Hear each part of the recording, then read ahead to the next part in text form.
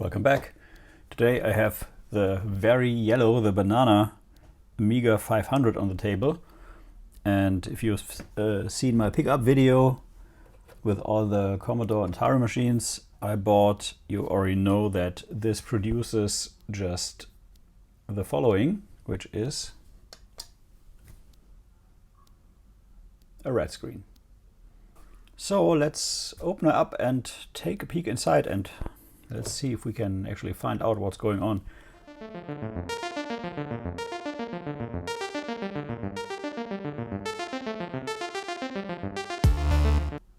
My first attempt would be to swap over all of the custom chips over to a known good Amiga, just to see if one of these is dead. And oh, wait.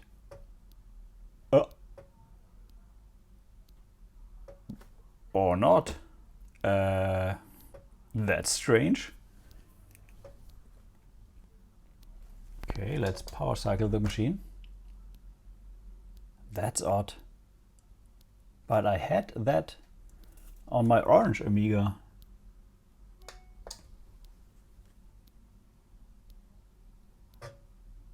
Comes right up. What the frickin'? I don't get it. Let's grab Amiga test kit and let's put it through its paces and see what happens. So I just noticed that I didn't even put any screws in.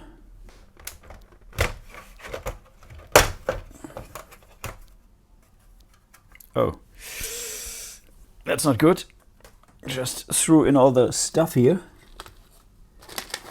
But maybe this short actually kick-started the machine, so no harm down there. And it's rusty up here, really rusty. Let's give it a go.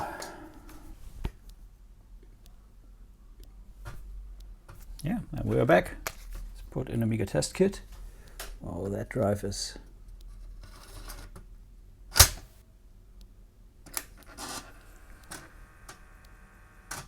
Oh, that was scratchy.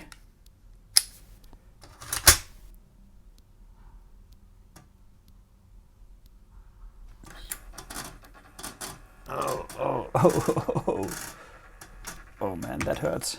That hurts. Oh. Okay, that drive is, I would say, toast. So I think we need another drive. Good that I have some. We can just take that cover off and okay, we can just take this cover off and see what's going on here. So if I put in a disk, what's going to happen? Let me switch over to the override cam for that.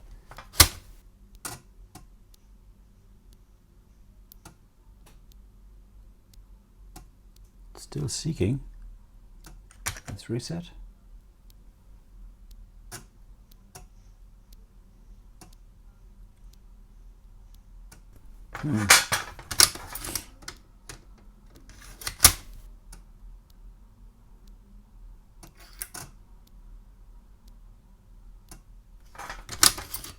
Now it doesn't even want to talk to me. It's ticking away, but it doesn't recognize the disk change. No, doesn't. It's attempting to, but it really doesn't. And it's very crunchy. There are caps on here, very small ones. And maybe it's that, but let me just grab another disk drive and we can at least try this out. Put in a new drive. This is a Shinnon FZ357A. Not sure if this actually works. I have a known tested drive here. If this doesn't work, we just use this one. Let's see. It's doing something. Sounds good. And there we are. Okay. Let me connect my mouse here, my nice red Amiga mouse, Amiga and Atari mouse, that is. This machine is so freaking dirty. Let's check memory first.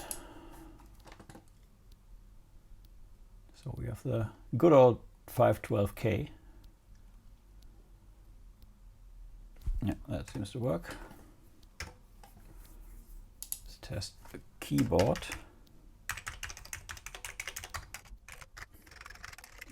That's fine. Checks out. Okay.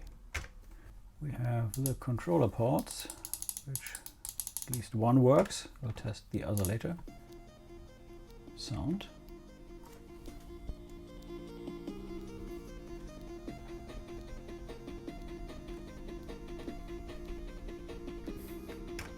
Works. Video. Do we get RGB? We do. Okay, CIA. Let's check. All tests passed. Nice. Okay, so this is a box stone dry Amiga. Doesn't go any more stock than this. But it seems to work now. I have no idea why.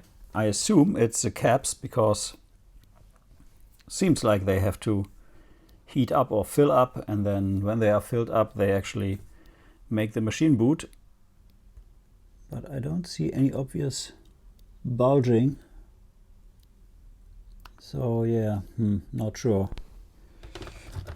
The thing is dirty as hell. So that is that, and it came with this sweet Green Goblin-ish memory expansion. Battery still attached, which could theoretically work. There's just a little green on this and a lot of green on these, but still it should work. And all the pins are green, of course, so maybe let's try if we can get this to work. It's dirty already, so we have nothing to lose here. So we have actually green stuff in between the pins here. But it doesn't seem that any of the pins are rusted through, so it should theoretically be good. Even though this looks, of course, this is green. And there's some crystallization of corrosion. Let me quickly get rid of this somehow. Yeah, well, that pin's gone. There's no saving this. That is just corroded through. Not sure if we need this pin. I assume we do, but you never know. So let's plug it in and see what freaking happens. I have no idea which way around. I think this way around. But again, I'm not sure. It doesn't seem to fit. So maybe this way around. Do I really want to do this? No, but I still... Well, let's see what goes.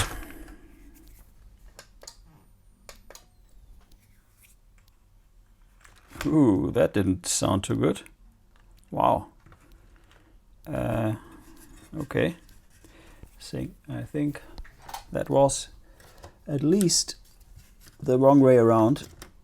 I really didn't like that. Oh, now I can't get it out. Let's see if we killed the Amiga by being an idiot. Now I remember, it has to go the other way around. Shit. Still lives. Thank God.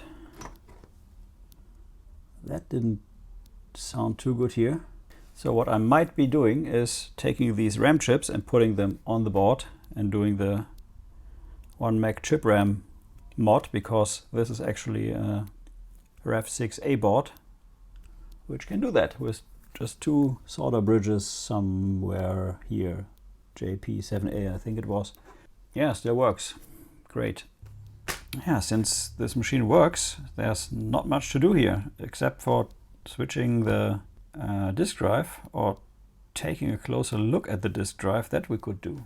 Let's do that. Let's take this disk drive out and let's see what actually goes on here. So this is an Epson SMD 400, which brings its own power cable, which is soldered to the board actually. And it has one cap here. Not sure if there are others.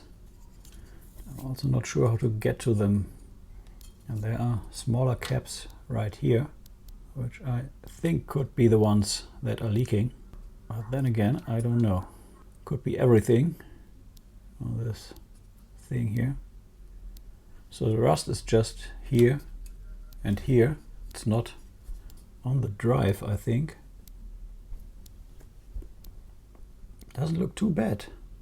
So this is just some kind of riser for the Amiga, I assume, and a protection for this motor here.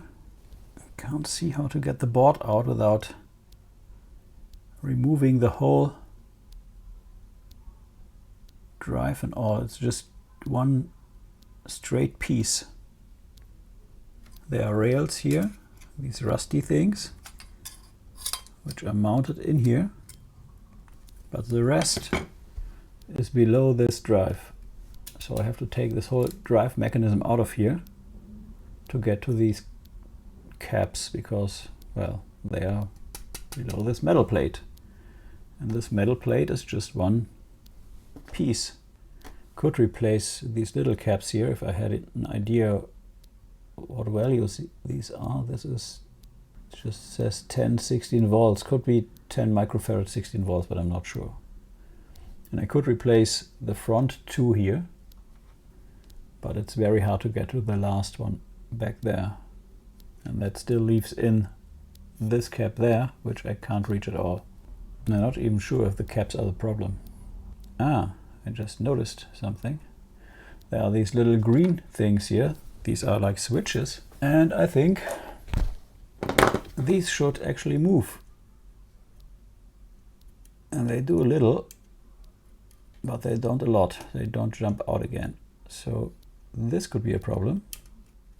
So let's put some dioxide in there, or WD-40, and let's see if that maybe helps. You can actually see how this moves inside the switch there.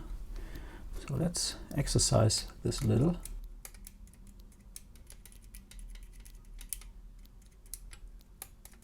But it's still not great, so let's exercise again.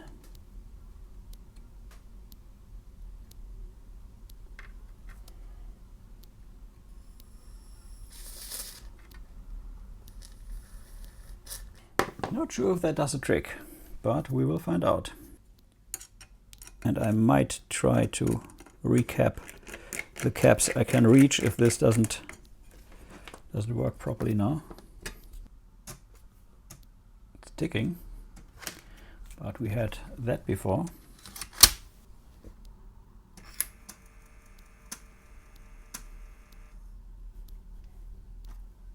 Finds the disk now, which it did the first time around. It's ticking. Ah, okay.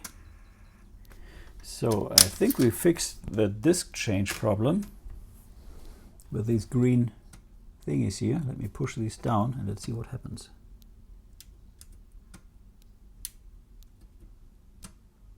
First one does nothing.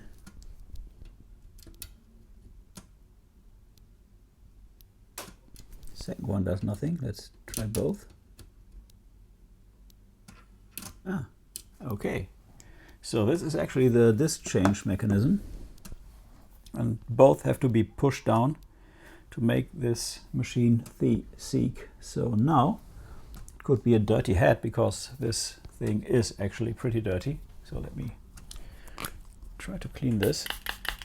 Maybe we can get this to work. I hate working on disk drives. I mean, you surely know this already.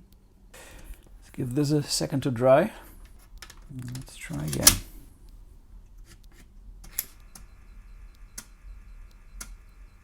Nope. Still not ice.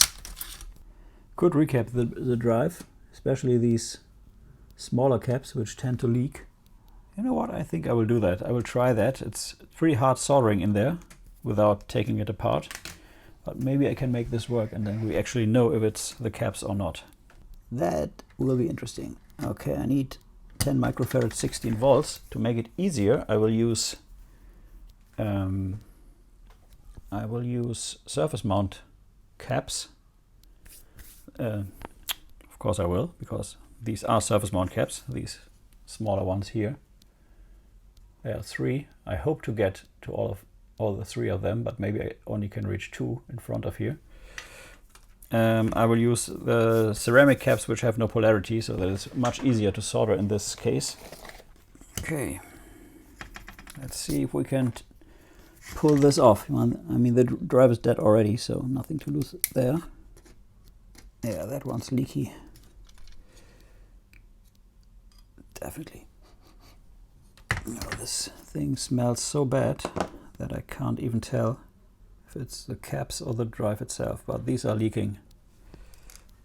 And these are both 10 microfarad 16 volts. So the last one is back there, so below this slide, and I'm not sure if I can reach that.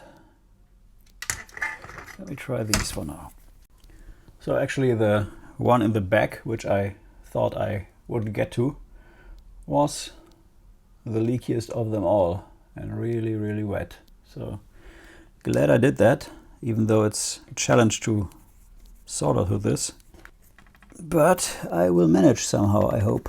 And maybe that is actually the case, because why this thing doesn't work, that would even be greater, because then it made so much more sense. Okay, recapped this, and it looks reasonably good. I'm happy. Just cleaning up a little. And there's some rust on this turntable here. I tried to take it off as good as I could, and we should be good to test. Let's see if that changed anything. Probably not, but hey, you never know. I hate working on disk drives, so this would have been at least a fun one. Let's see. Here we go.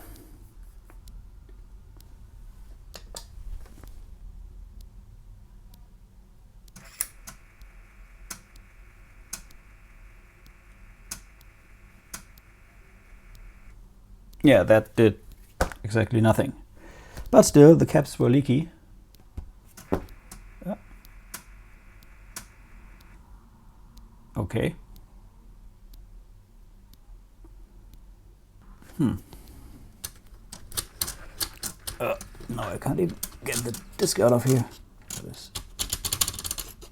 Okay, there's a different problem now. Okay, now let's try again. I'm not sure if this is actually a mechanical problem, but I'm not going to further investigate because, well, I recapped it. That's as far as I'm willing to go, because I hate from the bottom of my heart working on disk drives, so I will not do it. It's ticking. I will put it on eBay for someone who actually wants to take care of it. Okay, so yeah, I will eventually put the chips in here and make this a 1 Mac machine. I have already done that on video, so I will not do another video of that because it's redundant. Yeah, I think this is how far we are going to go with this 500. It just works. What can I say? Sorry. Until next time. Cheerio. Thank you for watching Retro is the New Black. If you are new to the channel, please like and subscribe. If you like the video, please share. Every like, share, and comment helps a lot. Until next time, bye-bye.